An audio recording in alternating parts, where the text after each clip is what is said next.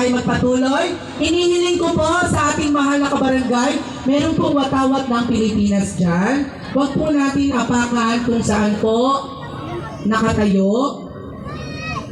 Yan. Tayo po ay Pilipino, taas na again. Okay, nakita niyo na ang unang contingent. Yun po talaga ang totoong sinulog dance. Step.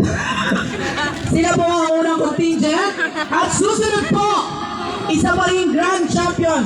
Kung bakit po apat? Dahil ang ating mga mission station dito sa loob ng ating barangay ay nag-organisa, nagkaroon ng meeting, ng samahan para sa magandang kompetisyon. Ay, kala ko tatawa na sa akin.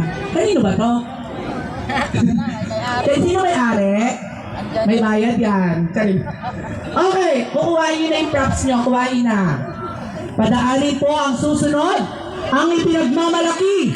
Isa pang grand champion ng Dalaksagay Festival.